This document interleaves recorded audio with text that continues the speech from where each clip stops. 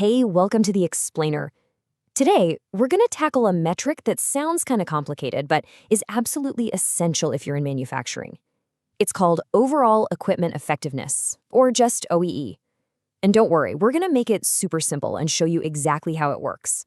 So let me set the scene for you. Imagine you're on a factory floor. There's a machine that's been chugging along for a full 8-hour shift. The operators were there, materials were stocked, everything looked like it was working. But then you check the numbers at the end of the day, and the output is, well, it's way lower than it should be. So what happened? Where did all that productivity go? It's like it just vanished into thin air. Okay, here's how we're going to solve this puzzle. First, we'll dig into this whole productivity mystery. Then we're going to decode what OEE actually is. After that, we'll break down the 3 key factors that make it up, do the final calculation, and wrap up with why this one little number is such a big deal. Right, let's officially begin our investigation. On the surface, everything looked fine, right? The machine was on, people were working, supplies were there, but the final count tells a totally different story. Our mission is to find out what really went wrong. And the key to unlocking this whole thing, the clue that's going to tell us the whole story, is hidden inside this powerful metric, OEE. Think of it less as a number and more as a diagnostic tool, like a magnifying glass that's going to show us exactly where we lost all that time and output. So, it's time to get to know our main tool for this investigation. We're about to break down what OEE is, how it's put together, and how it reveals what's really happening on that factory floor.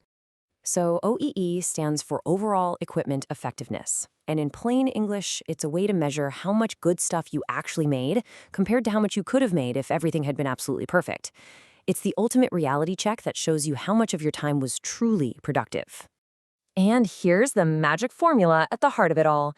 OEE is simply availability times performance times quality.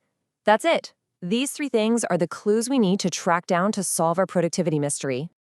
Now, let's put each one of those factors under the microscope. Because once we understand each piece, we can start to see exactly where things are going wrong. First up is our first clue, availability. This one's pretty easy to get your head around. It just asks a simple question. Out of all the time you planned for the machine to be running, how much time was it actually running? Anytime it stopped when it should be going, that's what we call a downtime loss.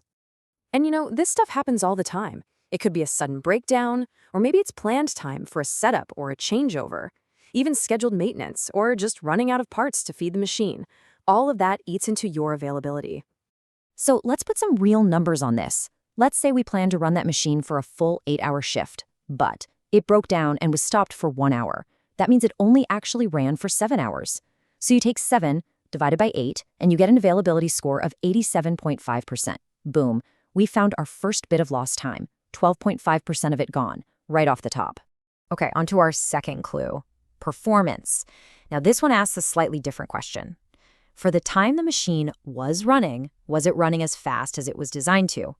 This is all about what we call speed losses. Just because it's on doesn't mean it's going full throttle. And performance can take a hit for all kinds of sneaky reasons. Maybe you're running at a slower speed on purpose. Or maybe it's all those little tiny stoppages, like just for a few seconds, that really add up.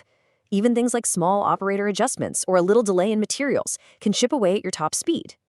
Back to our case. Let's say our machine is designed to make 120 units an hour at top speed. Since it ran for 7 hours, it could have made 840 units. But when we count, we see it only made 700. So we divide 700 by that potential of 840, and we get a performance score of 83.3%. See? Another piece of the puzzle, the machine was running slower than it could have. And that brings us to our third and final clue, quality. This one is so important. Of all the parts the machine actually made, how many of them were any good? Good enough to actually sell to a customer. This part of the formula accounts for all the defects, the scrap, and the parts that need to be reworked. And quality problems can pop up from anywhere, really. It could be tiny variations in the process or a machine that's just slightly out of whack. Sometimes the raw materials you're using are bad from the start. Or heck, even a simple human mistake can create a bad part. So in our story, that machine cranked out a total of 700 units. But upon inspection, we find that 35 of them are faulty and have to be rejected. That leaves us with 665 good units. So we divide 665 by the total 700 made, and that gives us a quality score of 95%. This is a huge point. Making a product doesn't count if it's not a good product. All right, we've done the detective work. We've gathered all our clues. We've got our scores for availability, performance, and quality. Now it's time for the big reveal. Let's put it all together and finally solve this mystery. Here is it, the moment of truth. We take our availability of 87.5%, we multiply that by our performance of 83.3%, and then we multiply that by our quality score of 95%. Each of these numbers tells a piece of the story of our lost productivity. And when you multiply all that together, the final OEE score is 69%. Wow. So after that machine was running all day, it was only truly, fully productive for 69% of its potential. That's the answer. That's where all the productivity went. And looking at it this way really drives the point home. That 69% is the good stuff, the real value-adding time. But that other 31%, that's all of our hidden losses, all rolled into one. It's the downtime, the slow running, and the defects. Almost a third of our potential just gone. So we have our number, 69%. Big deal, right? What do we actually do with it? Well, this is where OEE stops being a grade on a test and starts being a guide for the future. This is why it really matters. Because context is everything. A score of 69% might sound a little low, but check this out. It's actually better than the average factory, which is typically around 60%. Now, world-class companies, they're shooting for 85% or higher. So our factory definitely has room to improve, but it's not a terrible place to start from.